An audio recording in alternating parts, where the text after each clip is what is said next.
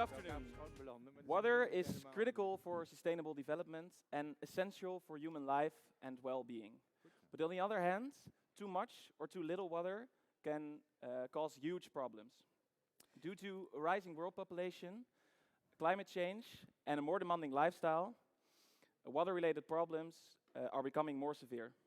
At this moment, of all natural disasters, 90% is water-related, affecting 40% of the world's population. And this will only increase unless we take action. And a country that has been taking actions for almost its entire existence is the Netherlands. It started with making dikes and polders controlled by so-called water boards. In Dutch we call them waterschappen, which even laid the foundation for democracy in the Netherlands. And it continued with enormous projects such as the Afsluitdijk, the Flevopolder, and the Delta Works.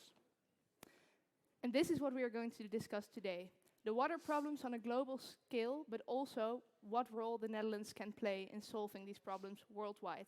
And we are happy to introduce our guests to you. Chantal Oudkerk Pool is Head Adaptation Planning at C40, worked for UNICEF and the gemeente Rotterdam. And our other guest is Henk Ovink, the first special envoy for water affairs for the Kingdom of the Netherlands and Sherpa to the high-level panel on water by the UN. During the interview, there will be the opportunity for you to ask questions.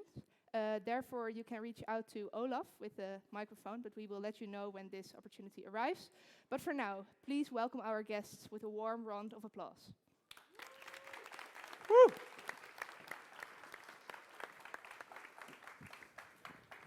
Oh, wow. Okay. Thank you again for being here, both. A few weeks ago, on the 22nd of March, it was the yearly World Water Day, and also the start of the World Water Decade, organized by the United Nations. Mrs. Oudkerk Pool, do you experience a growing attention for the water problem right now? I definitely do, yes. More and more extreme weather events are happening around the globe, and unfortunately this is sort of triggering the growing interest in this topic. But yes, I definitely see a growing interest. Okay, Mr. Ovink, do you experience that? I see more despair and disasters. The problem is growing. The complexity of the problem is also growing. I actually experience two sides. On one hand, that leads to a growing interest by default, by things going wrong. Yeah. And at the same time, there's also a challenge in unraveling that complexity without making it too simple. The water challenge is a complex issue, but that is also its strength and its power. The moment you silo it up or fragment it, it immediately falls apart and it leads to an even more disastrous future. So there is more attention, but there's also a big challenge on how to actually deal with it. And what do you consider the most urgent water-related problems? That misunderstanding, or is there more to it? I think the lack of understanding it, the lack in managing it, and the lack in valuing it right. I think those are the three main challenges we face. And this goes with too much, too little, or polluted water. More than 2 billion people in the world drink contaminated water. Yeah. That is something that should not be our current practice, and also preventable. Okay, and if I may add to that, I also think, and it's very much in line with what you just said, is that people underestimate the problem. I mean, in climate change, we talk about climate risk, and that's defined by probability and potential impact. Yeah. And a lot of cities and countries around the globe underestimate the probability. So, for example, I visited an area in the US, and they proudly said, this area is protected against a once-in-a-200-year flood event. Yes. So then I asked, how many times did it flood in the past 20 years? And they said, well, I think 4 times. So it's like, well, either you were very unlucky, you know, it's like throwing the dice, or you significantly underestimate the probability. And I think that's what's happening around the globe. We had a delegation coming from New York to Rotterdam a couple of years ago after Hurricane Sandy hit. Yeah. And the delegation itself understood the issues and the probability, but a hurricane like Sandy was supposed to happen once every 100 years. And they said many people back in New York actually think Hurricane Sandy hit. So for the next 99 years, we're safe.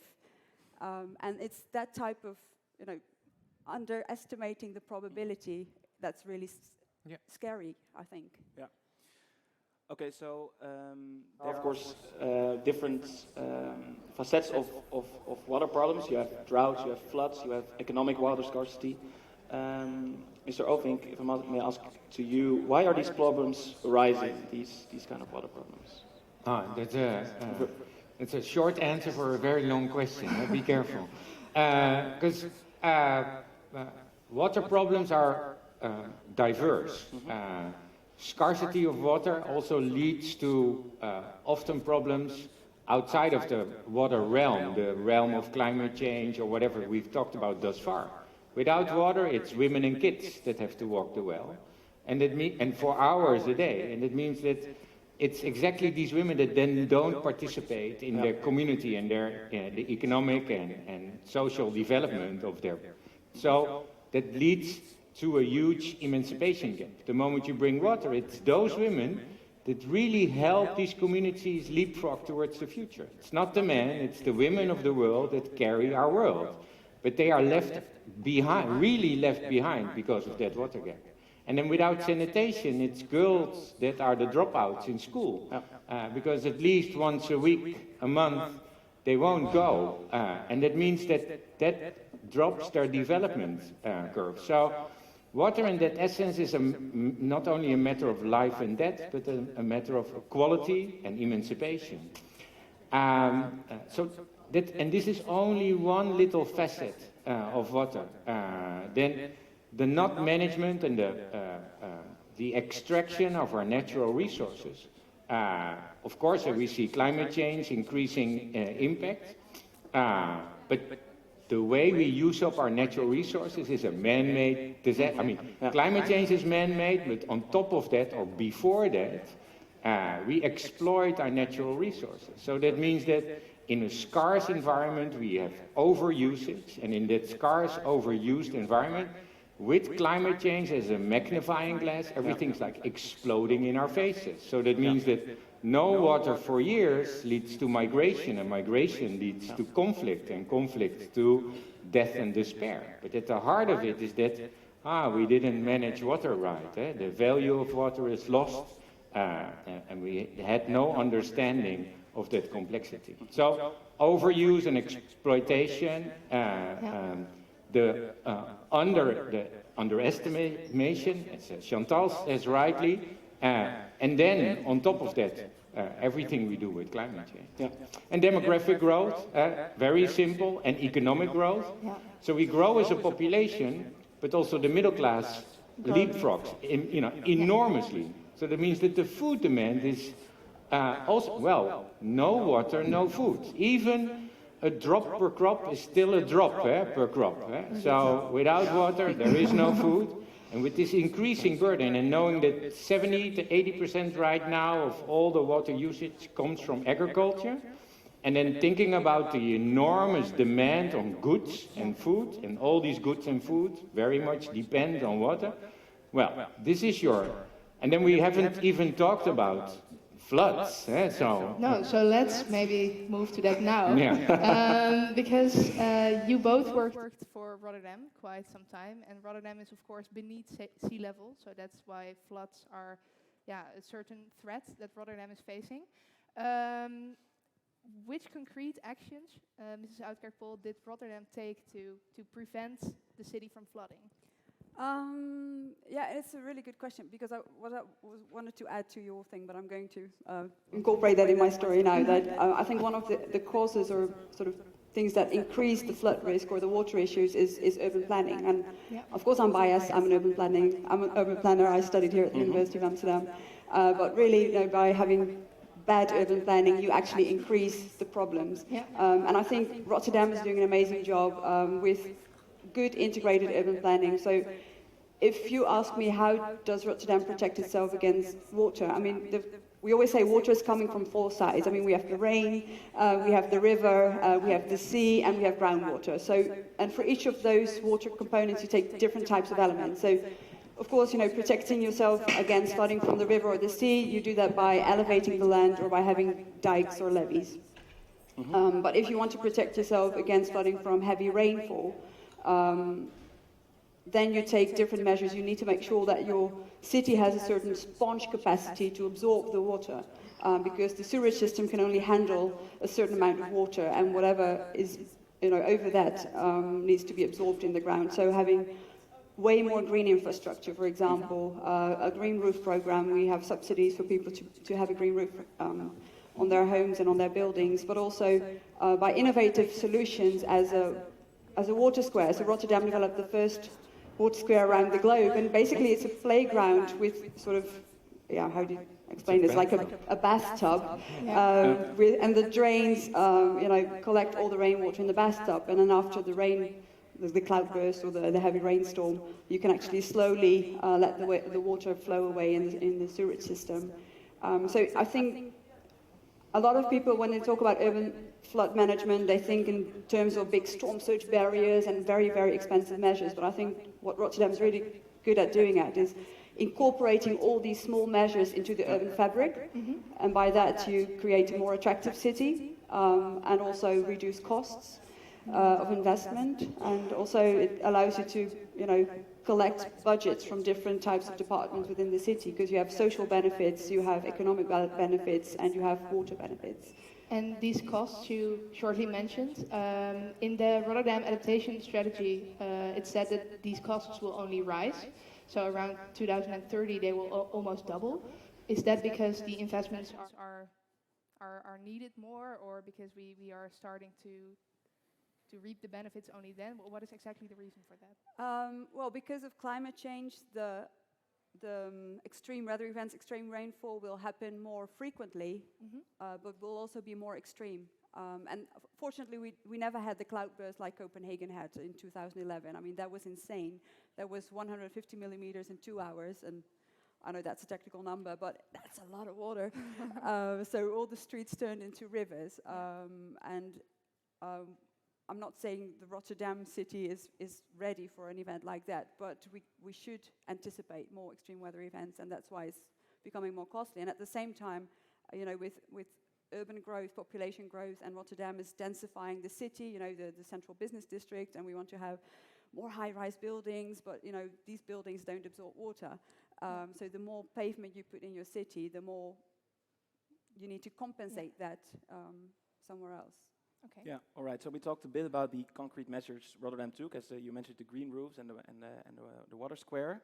But for all these projects in Rotterdam, huge investments were needed.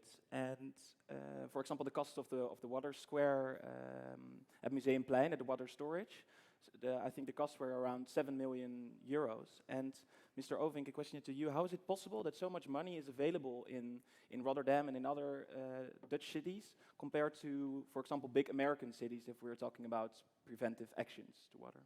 Except for our economic prosperity and our good position in the world, there's multiple reasons. And one starts, and you alluded on that when you introduced us in this conversation, and it is our way how we organize ourselves, our water governance. And I think that makes it possible to understand the multiple values of water by organizing ourselves collectively and collaboratively. And it means you don't only look at the out-of-pocket costs, which is what I pay now for a certain measure, but you look at that as an investment, and that investment has a return on multiple scales and in multiple levels. So that means that water safety leads to real safety in your city, social equality and benefits in the cultural, economic, environmental domain. So all of a sudden, I invest €1, but then I get 7 in return as long as I'm patient. Yeah. Sustainable investment is slow. It's slower than real estate returns. Real estate you can actually do out of pocket. And it's happening in the world, really, so no banks in between, but there's private sector dollars or euros or yen going into a building, and the return is tomorrow or the day after. The loss then also comes the day after that. It's possible. But with a sustainable investment approach, you get a return on that investment and you have a prevented loss. So there's like a double effort or opportunity to do so. The Netherlands, thanks to its water governance and the way it's organizing how water is, all these connections, has a transparent approach to evaluating costs and benefits on a societal scale. And that makes it possible that these complex measures are actually in transparency benefited in the way we should. Well, the other, well, actually, it starts in Belgium or across the border. It's very hard to capture those revenues in economic assessment models. So that's like one part is the governance, and that's why. The other is that we think we don't have a choice. We started to live here thousands of years ago. We started to build very incrementally redundancy and then resiliency into our systems. So now we live here, we want to stay here. And that means that every euro now spent is built and based on the euros we spent in the past.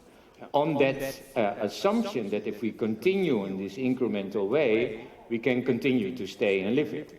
And that is why we use these scenarios and adaptive delta management and a collaborative effort. And as we say, also in 2100, the Netherlands is a safe place. Yeah. So it's really in our culture, and we really want to also make sure we are able to... Yeah, but there's also a model behind it. You can export this model too. Yeah. When I worked in the US... We're actually going to talk about this right now, because yesterday we attended the presentation of your new book, called Too Big, Little Promotion, and you can buy it. It's run by a not-for-profit. Yeah, I can sign it too. Yeah. In the book, you describe your inclusive and collaborative method you developed to make American coast cities more water resilient. And what surprised you the most about the American mindset towards water management when implementing your method there? Well, a lot of surprises. If you really, I worked inside the federal government, and I think every day was a surprise, because there are a lot of challenges. At the same time, with the administration of Obama, things were also a little less surprising than within the current administration, I guess. But what surprised me not so much within the government, but in the way we were working was that the prevention was not part of the conversation. It was really a response culture. So something happens, then you act. And well, some say it's a frontier mentality, some say it's cultural. You drive out your demons or your Indians in the case of the United States. And now the immigrants or whatever you don't like. And with climate change, it's the same. So there's a storm, you fight back. There's terrorism, you fight back. And that's a totally different mentality than what we have here, is that we don't fight the water. We find a way to benefit from the water, and therefore have a culture of living with it. Because if you can live with it, there are all these multiple benefits that come with resilient water management. So on Long Island, in a conversation, we were talking, and the storm had hit this community, everything got flooded, and the only parts were, can the fire guys come and girls come sooner the next time, and the police comes, and I said, well, could we talk about to prevent this? He said, prevent? No, you can't, this is nature. It's like, we'll see, 100 years, 99, or the next year, doesn't really matter. But let's focus on our response strategy. That is also something we learn from, because being very responsive to when things go wrong is also nice. I do remember that here in Amsterdam 2 years ago, the hospital flooded, and not because of a rain event, but because of a broken pipe, wasn't it? And there was no response strategy. You had to evacuate the whole hospital. Yeah, so actually there's it's like, that's a little crazy, yeah? Minus 4.5. So the emergency generator in the basement, No, not a good idea, not in the Netherlands. So really think about response too, because Chantal said the extremes become more extreme. You can't prevent the rain. No. Mayor Abu Talib always says you can't beat Mother Nature, No. but you better learn to live with it. Yeah. Indeed. And if we look at the problems that, for example, Rotterdam is facing now, are these problems comparable to other countries and other situations in the world, like the exact... You should answer, but they are also compared to what Amsterdam is facing. There's like Yeah. no difference. So how do you, for example, use that while creating new adaptation strategies? Yeah, well, so I would say yes and no. I mean, I think many cities around the globe, and I work with C40 that connects 92 of the world's biggest cities around the globe. I mean, we're talking about Mexico City, Tokyo, Jakarta. So I don't really dare say that they have, the same scale of problems. I think their challenges are much bigger. But in the end, I think that the approach, the integrated approach, and that type of thinking applies around the globe. Is a sort of generic approach. And of course, I'm not saying that Ho Chi Minh City and Jakarta should all build water squares and underground water storages. I mean, they should build whatever works for them. But the whole, idea of thinking what kind of solution fits into your culture, your geography, your financial budget, but that serves multiple purposes, whatever those purposes are. I think that kind of thinking is really useful around the globe. Because, for example, you worked on the adaptation strategy for Ho Chi Minh City. Yeah. And there you have to advise maybe on how to adapt the city to the increasing water problems. Well, although the problems might be comparable, the culture and the organization is probably not. And how do you then deal with these cultural differences? Yeah, so I think, you're talking about governance, institutional differences. What I liked when working with Ho Chi Minh City is that at first they were very siloed, so all the departments were not talking together. There was just the water and transportation, and they all had their individual plans, so the transportation plan was not aligned with the housing plan, So for us that's kind of unimaginable, but it was. And actually we've worked with Ho Chi Minh City for 9 years, and I think the first thing we actually did was put all these people together in one room. We had sessions just to explain the Rotterdam approach, but then soon after we had sessions where they had to work together at a table, have the map of Ho Chi Minh City and then use the markers and the pens and that was the first time ever for them to talk to someone from a different department. And at first they were very uncomfortable, so you might say it doesn't fit within their culture, but after all those years, they really embraced it. So I think that kind of approach can overcome cultural barriers. Okay. Okay, then we now turn to the audience. Is there anyone from the audience who wants to ask a question to either Mr. Ovink or Ms. Oudkerk Pool? I see there someone.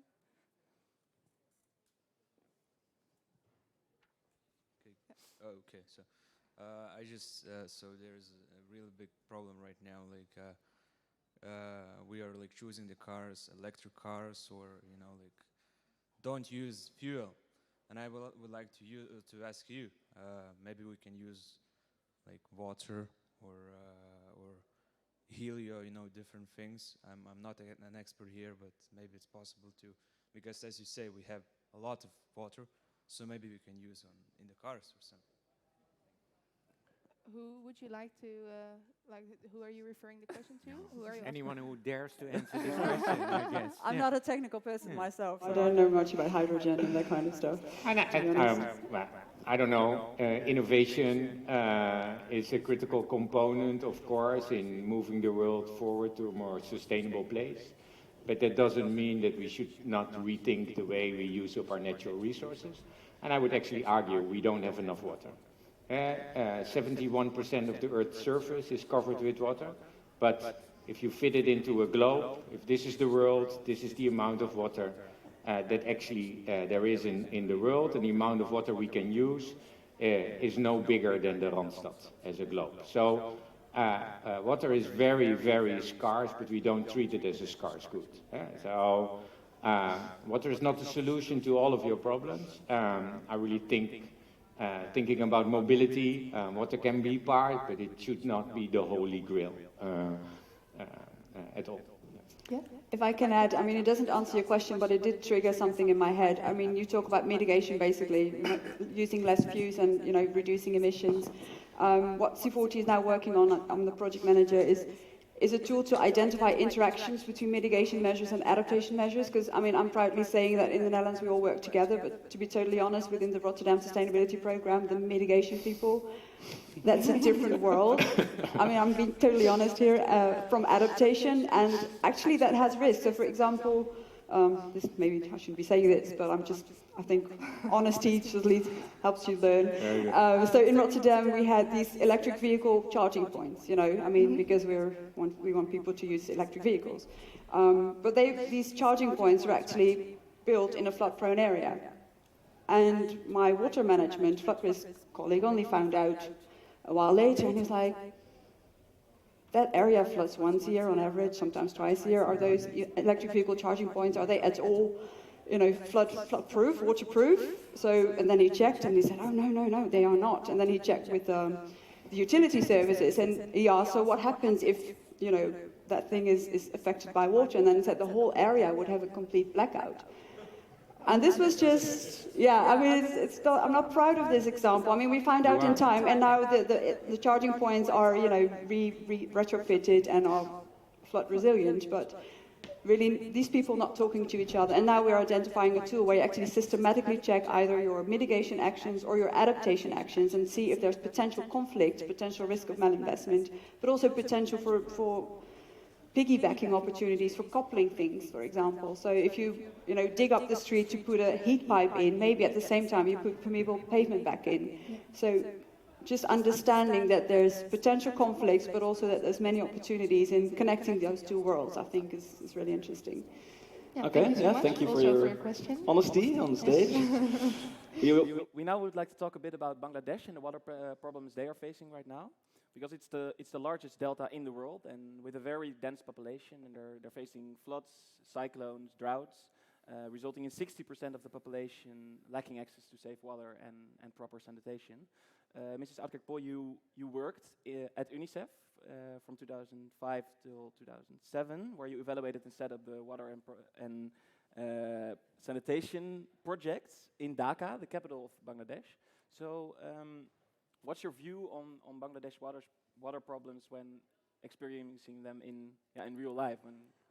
Yeah, I mean, Bangladesh, I think, is the most challenging place on earth in terms of water challenges. And then this goes about water supply. I mean, the city is rapidly growing.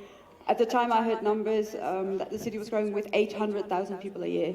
I mean, in the Netherlands, if we plan a VNex residential area, it takes us 20 years, and then there's 4,000 homes. But here, this city grows with 800,000 people a year. Half of it is natural growth. The others is people coming from the rural countryside. So these people lack drinking water. That's a serious issue. But as a result of that, they start pumping the groundwater up, which is a short-term solution. But as a result of that, the city sinks. So you already have a flood risk, and then if the land goes down, you're just increasing the flood risk. So there's a serious drinking water issue, there's a flooding issue. Of course, the rainwater that's coming down per hour is very different from what's happening in the Netherlands. So yes, this is really, I think, the most challenging place in the world. And I've also seen areas where, because there's such a shortage, such a lack of land, that people actually live on temporary areas in the river that fall dry certain months a year. And then when the water level goes up, they have to back up and move somewhere else. So there's land scarcity, it's just everything, but then at a huge scale. And now you're working for C40, and a few cities in Bangladesh are also connected to the network, just as Rotterdam and Amsterdam. How can C40 help in the knowledge exchange that we have here and there? Yeah, so that's a good question. So basically, we have 4 mechanisms to support cities. One is diplomacy, so that's about, convincing the mayor of Dhaka or the staff of Dhaka to act. But it's also about promoting the stake of cities at the global scale. So that's the diplomacy thing. And then we have 3 support mechanisms, really. One is the direct support to cities. So we have technical assistance program where we, try to get funding and with that, hire consultants to actually help cities. I'm personally running the Adaptation Academy in Rotterdam, in which I present, Dutch solutions and Rotterdam solutions, but also best practices from other cities. So we try to train staff so that they have the basic skills and understanding on acting. C40 also has networks on certain topics, like connecting Delta cities. In those networks, cities exchange best practices peer-to-peer. So these are just, advisors sitting together and discussing which types of trees do you plant, or we have a new mayor. He doesn't understand the problem. How do we convince him? So we have all types of issues that cities discuss, but really based on practical experience. And last but not least, C40 produces a lot of reports and tools to support cities in understanding, for example, interdependencies between sectors, but also understanding the impact in 2050 or the relationship with mitigation. So. Okay, thank you. Many ways. Mr. Ovink, do you reckon that there are other bottlenecks that Bangladesh is facing besides the maybe misunderstanding of the problem? No, I think Bangladesh totally understands the problem. But that doesn't mean that the problem becomes less. Although you have to start with this understanding of the challenge. Bangladesh is actually, next to these huge challenges, also an example to the world, because they made water as a priority from the top level. So the Prime Minister of Bangladesh has water within her cabinet as a priority. That doesn't mean that all of a sudden everything is solved, but it really helps a political and societal focus with Bangladesh and its international partners on the issues of water and drinking water and sanitation, floods and even droughts, agriculture and economic dependency. It helps. That actually brought Bangladesh to get a UN reward, not because they are there, but because of the progress they made in the water and sanitation field, making it such a top priority really helps them at least work on that water issue. Now, that doesn't mean that they're there. On water and sanitation, they have a huge program, and going from not even 5%, now it's like quadrupled. So there is progress on that level, and that I also think that's the part where progress on an individual level is needed a lot. The second is that looking at that long term, necessary for bringing the problem home, making an understanding between these complexities and thinking, okay, 100 years from now, what do I have to do now? So there is a Bangladesh Delta Plan. It looks at 2100, but it also looks at today. Brings it together in a comprehensive way and really is a framework for investment. So that's critically important. And the third, and there's of course more, but not for such a short lunch conversation, but the third is not the last, but the disaster before that, 8 years ago, more than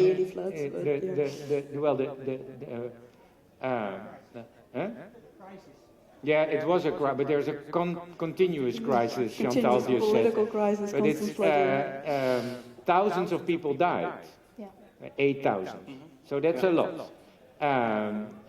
The last floods, also thanks to early warning systems, emergency routes and evacuation shelters, and those are not temporary solutions, but are solutions in an environment where water is part of life, where an emergency route, an evacuation shelter and an early warning system actually is the difference between life and death. And then water being such a critical part for agriculture, for the environment, therefore is not treated with a dike or a dam, which is ridiculous in a delta like Bangladesh, but you live in a far more adaptive way. That dropped the level of death with the last disaster. So being prepared doesn't always mean build a dike. Being prepared is understanding your vulnerability and knowing what to do when a disaster looms. So that type of preparedness and that building up of capacity, I actually think that Bangladesh is very inspirational for other countries that are as vulnerable or a little less vulnerable than Bangladesh. So that doesn't mean they solved it, which is not a word you should use, like the Netherlands hasn't solved it. But their embracing of the challenge and really wanting to work with the world to deliver projects and investments and an approach with their community actually helps them progress in steps forward. And I truly believe that capacity, if I may add, that capacity building is the key thing to act. I mean, they understand the necessity, but they really don't know how. And this is not just about few people not knowing how, but the whole municipal service not knowing how. So I think that's the biggest challenge and the best way to support a city like Dhaka. And in a transparent way, the openness, being candid, the developed world is not so good in these engagements. I worked closely with Vietnam on their Mekong Delta plan in the aftermath. So there is a plan. And then all of a sudden the developed world worked very closely together. So the Netherlands, Germany, France, the UK, the US, all these, so the ones that are there, they looked at Vietnam and said, okay, now here's your plan, go. Which is, of course, stupidity. This is, if you want to work together, you work from the beginning until the end. And the end with climate change is never there, so you're going to stay working together. So we start to turn the process around, bang some heads together, and ask Vietnam to move forward, not to say we can do it, but we want to do it. This is our plan, our approach, we understand it's going to be complex, we have to collaborate, and we need everyone to make this work. And that opened up a window where the world said, okay, it's also our responsibility. We have to engage. Last year when Harvey hit Houston, in the same week, 1,200 people died in India, Bangladesh, and Nepal. So you could follow Harvey every day. You could not follow the floods in the developing world. And I was with my Bangladesh friends at that time, and we did news items here on the floods in Asia. But they said, we can't say it out loud, but we're a little happy that there is a Harvey. Because climate change should not become a problem for the developing world.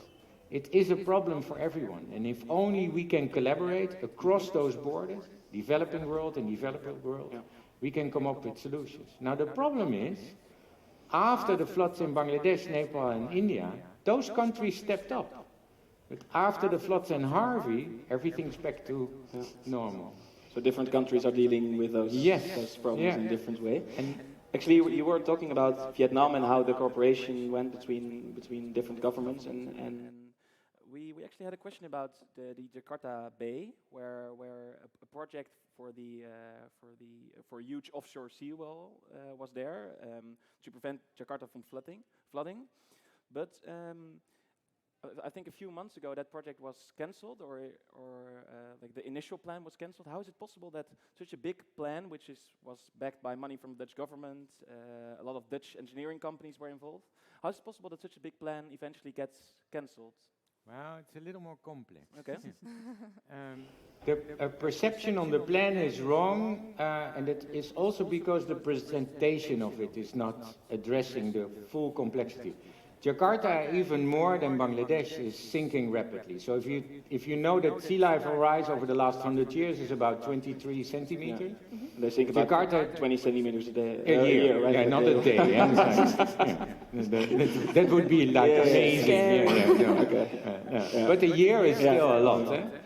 And it's the same problem, water scarcity, there is no water availability, so they bore holes and take the water out, then population growth, then deforestation upstream, pollution, so these rivers are totally dysfunctional, the city becomes dysfunctional, the whole water system dysfunctional, so here goes Jakarta, and then at the same time here goes sea level rise and surges and storm, and then there's this, of course, this totally shocking image of this little one wall, or there's like even YouTube movies where you see the water flowing over this wall. What was This the is reason then that the initial plan got... No, but so the plan in itself is not a barrier islands. The plan looked at everything. Yeah, I know. So upstream rivers and really taking care of the communities, but that got out of the equation. So we started to focus on the barriers, and there is a real problem because corruption is, well, Jakarta is not low on the list of where corruption is a problem. Yeah. Okay. And with these islands, you create an enormous opportunity for real estate.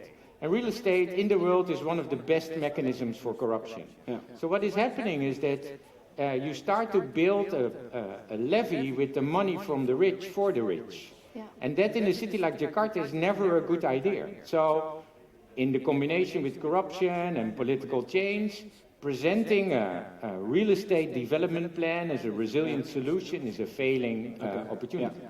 What we do now, and we is not the Netherlands, but the international community in collaboration with Indonesia and the Jakarta government, is saying, okay, let's go back to this overall scheme again, really think what Jakarta needs on the short, the medium, and the long term.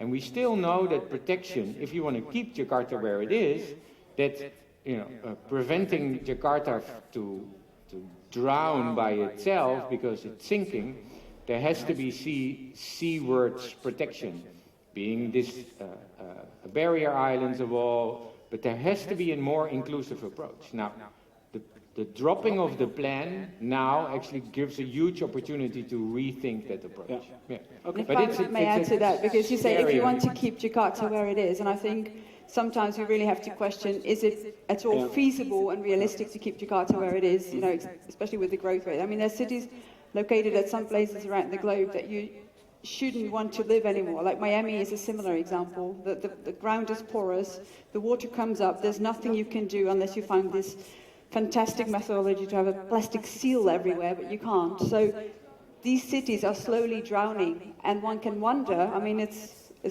philosophical question maybe, should we continue to invest in those cities, or is it smart to do at some point move away? I'm just throwing it up. It's not my personal opinion, but I do think it's an interesting thought of dealing with water. Sometimes you have to withdraw. The interesting with Miami case is that all over the world it's the poor people that live in the poorest places, but in Miami it's the richest that live in the poorest place. So that's an interesting part to see where the coin starts to change. Now I can still get a mortgage in Miami, but tomorrow not anymore on my house. But the problem then with the real estate market in Miami, there is no mortgages, it's out of pocket.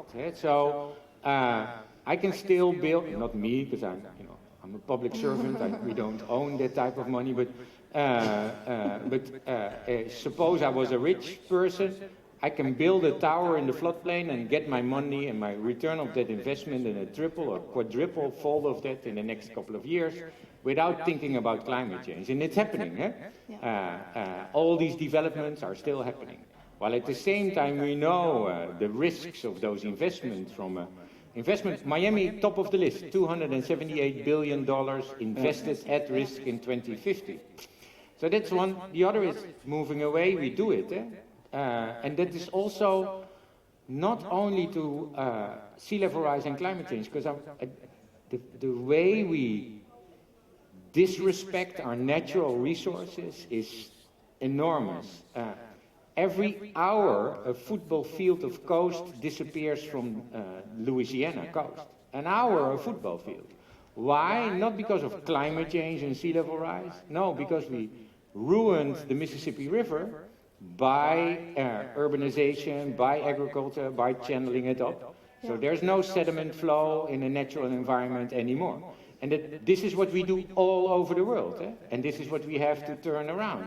And now smaller villages on the Louisiana coast already are moved out, and it's often again not the rich that actually are in the front line of climate change. It's the most vulnerable that are in that front line. Yeah, an example of that, and also the not valuing the resources that we have, is Cape Town. Actually, it's not the floods, but it's actually the droughts that are there, a huge problem at the moment. It hasn't rained for quite some time now, and people are running out of water and are fearing day zero. Day zero would be the day the taps will be completely turned off. It would initially be this week, but now they already managed to postpone it to next year. So that's quite an achievement due to cuts on consumption and the installment of tariffs on water. But however, the hope is that it will still start raining soon. And Cape Town is, as we said, not the only city at risk. But how do you, Mrs. Oudkerk Pool, see now that this urgent situation serves as a warning for other cities? Do you see actions, or how does that work? Well, I mean, it's not just Cape Town. I mean, last year we had Rome that had, I mean, just in time they sort of managed to turn it around, but they were really close to having a similar problem. Ho Chi Minh City a couple of years ago had similar problems. If you have drought, you have a salination problem, so you can't drink saline water. But I think Cape Town really woke up the whole world, and there was a very interesting research published by BBC, and they actually listed the top 10 cities around the globe facing serious risks. London was in the top 10, which is scary, it's close. So yes, it's definitely a wake-up call, and it's scary that the strategy is to pray for rain, because it's not the most reliable solution. But many cities around the globe are now sort of turning towards desalination plants. So Singapore does an amazing thing. They were relying on their neighbor to get drinking water, and that's sort of also for geopolitical reasons a situation you don't want. So now they produce their own drinking water. Dubai does the same. So I think with technological innovations, the dependency on rainwater will decrease. And you also, at the same time, see many programs around the world harvesting rainwater, so that, whatever falls down, you can reuse that and turn it into drinking water. And in Australia right now, they implemented a system of tradable water rights. Mr. Ovink, I already see you nodding. Could you explain a bit how that works, and do you think it could be a solution to droughts in, for example, Cape Town or other places in the world? I have to say a very unnuanced thing about Cape Town, because this is actually a total human disaster. It's ridiculous. It's a rabbit on the road for years. And as Chantal says, praying for rain is a policy strategy. Well, sorry. I don't want to insult anyone with a religious belief, but that's not working. It's not going to bring us a more resilient future. And Cape Town saw it coming, but they did nothing. And the thing on the reuse and the reduction of water is immense. And really thinking again how your agriculture works. So using those crops that actually are, from your region, and don't import almonds to California, where there is no water to actually grow those almonds, and so forth. So make sure that sustainable way of thinking about your water source and resources is incorporated in the way you build up a society and an economy. And it means reducing the amount of water and reusing, and Singapore is in the reuse of water and the reduction of water, a good example. So that's one. Desalination was mentioned. Very scary, since we haven't solved the energy problem. And then we say, well, let's build a lot of windmills or solar plants. Well, then we haven't also solved the brine, which is like the leftover sludge that comes out of these desal plants that have a devastating impact on the ecology and therefore the environment and the quality of the water. So you take the water out and you put the bad stuff in, and that bad stuff actually goes into that same body of water where you take the water out. And there's innovation, so we really have to work more on innovation, but at the moment, if you look in the Gulf region, where the Arab countries have a hard challenge, there's not enough water coming in because of droughts, these rivers dry up, they take a lot of water out, more and more than they used to. So there's this balance is tipping in the wrong way. So it's a big challenge. So we think, and this comes back to the first part of the conversation, the complexity. If we don't take that into account every time, we focus on singular solutions. So we say, oh, a diesel plant, that just solved my thing. But it's creating the external effects of that. If they are not accounted for in in the solution, but also not in the business case. It's the environment and it's others that actually have to pay the bill. So that's one. Australia. Yeah? No, it's important to understand. I mean, we want to see light at the end of the tunnel. Indeed. And which is good. And I actually do think that by embracing that complexity, that light is even brighter. And otherwise you will focus on a little flame and then you think you have the solution, but then with that solution comes not one more problem, but 10 or a triple. So Australia was part of our high-level panel on water. Trading water rights makes it indeed possible where there is enough water or a balance in water, and when there is not enough water to find a, but that means that you have to have a market. Yeah. And if there is no water, there's also no market. So Darfur is not helped with a water market if there is an unsustainable way of using it. So the market itself, also in Australia, came with a lot of practices on how to reduce the water use and how to reuse, so more efficiency, more resiliency, more sustainability. In the end, which is interesting, they didn't need the market as much because the whole model of the market focused them to treat their water as a scarce good, went back actually into the way they used it and said, oh, if we can solve it ourselves, then I don't have to trade it. And So that type of awareness was helpful in certain parts of where the market itself, of course, is an instrument. Is that way of awareness a sort of first step in order to get to the light Always, and the tunnel? Awareness and understanding. So that's the part that is missing now, and that we actually as a society should take up. So And you. so all of us, It's interesting if you look at the future, it's getting more complex. World Economic Forum tells us that. If you add all the risks up, they increase in frequency and impact. So there's more and it's also worse. I often say it's your bedtime story that you don't want to tell to your kids. You had a good day. Yeah, mommy. Well, tomorrow is worse. It's not the thing. But in fact, there is a part of that. But we, as a society, can turn it around and say, but in that... So not as Trump go back and say, in the 50s, things were simple, so let's go back to the 50s. We can never. And I don't want to go back to the 50s. I want to leapfrog into that future because all these interdependencies are the base for our solutions, are the base of interaction, of collaboration, of innovation. But that means shy away from those singular solutions, work together with everyone, call your neighbors and your enemies, and bring them all together in an approach. And that's critically important. Okay, actually, you were talking about the rising the need for more awareness in the public. So I think this is maybe a good moment to look to the audience and see if there's a question. I see a question again in the same. Yeah, same spots. Yes, we've been talking about the risks concerned with water in general. The first thing that comes to my mind when I think about these risks is actually the abundance of plastics and microplastics in water. Could you maybe tell us something about the measures the Netherlands takes on this issue, Mr. Ovink? Mr. Ovink. And so, actually, I want to enlarge it a little because in the Netherlands, we do take a lot of care of our garbage in the way plastics and how we can reuse it. We were bottom of the list in Europe like a decade ago. We actually moved up, which is nice.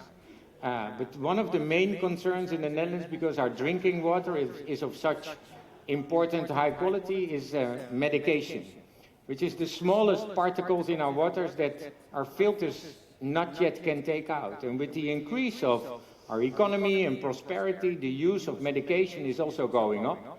And it's not that you throw your pills away, but it's because you swallow them. They actually end up in the water, and the water we clean, and that water goes back into the environment. And since our water is natural water, we take it back out of that environment, and then this water actually has your medication. And I don't know what you use, but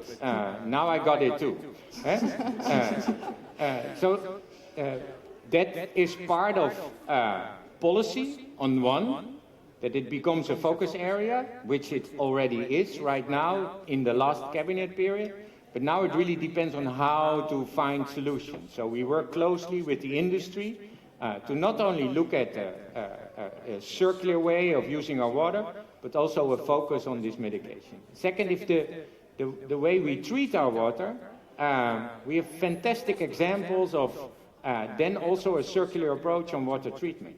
So water treatment plants that actually where you use the sludge, so the leftover for energy production, that actually has like almost sometimes an 80 or 90% energy production capacity, so the plant becomes very sustainable. And then the water that comes out is so clean we can use it for the environment. And that's also for in the Gulf region. Of course, we can't talk about oil in a sustainable world, but there is, oil also is a natural product. And in the first phase of treating that oil, there is a lot of water used. But that water actually is not chemically affected yet. So we work with those oil companies to use that water that they use anyway to clean and in swamps or nature coastal areas, so that also decreases the risks of the water from the Gulf. And then use that water for agriculture. So all of a sudden, a nuisance becomes an asset. So, yeah. Well, I think another example of a measure that the Dutch government took was, I think, a little bit over a year ago, was to ban free plastic bags, which is a completely different topic probably, but an average Dutchie used to use 70 plastic bags per year, because they're all free. I mean, you go to the shop, to the supermarket, you forget your bag, or you go to the market, and 70 bags a year. I mean, if you multiply that with the Dutch population, that's insane. And a lot of those bags would actually end up in the river or in our natural system. So I think banning those free plastic bags also has a contribution to what you said, reducing plastics in the water. And of course, the Technical University in Delft, they've done this. Oh, you're nodding. Are you involved in that? Sort of solving the plastic soup, sort of having innovative solutions to take the plastic out. But it's a global issue, and the Dutch should play a role in that, but depending on other countries as well. We know we have initiatives like the ocean cleanup and other, and there's still a big challenge in the reuse of the plastic, because we like to... but you need a lot of energy again. So the whole thing comes down to the idea should not be worse than the problem. The solution should not be worse than the problem. So, but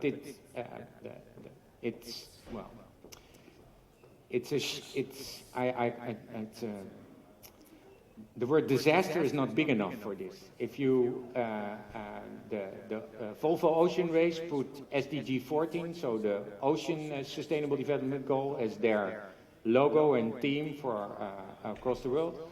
And I work with their sailors in Cape Town and in Hong Kong. And the stories they tell, what the trash and the one story Timion Simpont told me, which struck me the most, was that he was sailing in the most southern part of the ocean. And he said, I was sailing so southern, I knew I was the first or the second. And he saw a Coca-Cola bottle. So this was not even the island of soup that scared the hell out of him, which also does, but that he was in this totally pristine landscape, he thought. Nobody, nobody there. Too cold also to be there. You should not be there. Sailing, and then they came across a Coca-Cola, and it struck me like, this is what you do. So it's a big problem. I think it's time for us to conclude the interview with a final question for both of you, and that's I think actually the most important, because how do you think humanity is dealing with water in 20 years? Mrs. Oudkerk Pool, to start with you, do you think that there will be a solution, or? Oh, there must be a solution. I think we'll appreciate water way more than we do now. I think at the moment, many cities and countries around the globe, we take it for granted. So we need, these things happening in Cape Town to become aware. So I think by then we appreciate water much more. We're using it as a precious resource. I think we'll be harvesting rainwater much more and recycling wastewater, that kind of stuff. Where do you think the biggest steps will be taken? The biggest step forward in the world? Which countries, for example? Which countries? Well, I mean, Melbourne is really advanced I mean, they had an 8-year drought or whatever the terms, but I mean, they're, I think, really advanced in dealing with water, but also they have amazing ideas on creating awareness amongst the community. They have a sort of, they call it the festival approach, but really sort of fun and innovative way to engage the community rather than telling them what they shouldn't do. So I think they create ownership amongst their citizens. So I think Melbourne would be the excellent, the city to watch, or Australia, the country to watch in that respect. Mr. Ovink? 20 years. 19 is also fine. If you Okay. No, I'm thinking it's post-SDG. So the Sustainable Development Goals, we agreed as a world to deliver by 2030. Yeah. And suppose we do that, then we still have 10 years to screw up again. Do you think we will? No. I'm just thinking about, because if we really, and I'm, as Chantal obviously is an optimistic, positive person, professional, leader in her field in how to approach this, convincing and inspiring, and I think that helps. We need that type of approach in the world to work with everybody to see, yes, we can do it, if only. So if things go right, we understand the problem, we have that awareness, but also the real understanding of its complexity. We find ways of managing and governing and allocating and being transparent around it, valuing it better, and taking that valuing forward in a way we use this scarce resource, as well as for drinking water and industry, as in the context of climate change and with droughts and sea level rise. But 20 years towards 2100 in the context of the Paris Agreement is not so far. And there is a bigger worry, because at the rate we're moving, we're not moving towards the agreed upon 2, and we wanted even a 1.5 degree world. Yeah. And that means in the next 20 years, we see millions of casualties and billions of losses. And if that is the only driver for awareness, then it's not the hope we feel, but then it's the despair. And that is a fear I have a bit, because despair does not lead to sustainable and equitable and equitable solutions. Yeah. Despair often leads to a response that's aggressive. Yeah. And I really think we need everyone to ensure that those challenges that will increase in the next years will not turn us around on them, but actually still continue to embrace them as an opportunity for sustainable change. That's a hope, but not a given. Thank you. Thank you very much. Before concluding this entire interview, I want to let you know that on Wednesday, Room for Discussion is hosting another interview on understanding North Korea. So make sure to join if you're interested. Yeah. But for now, please thank our guests for this fruitful conversation. So thanks very much. Goed gedaan. Leuk.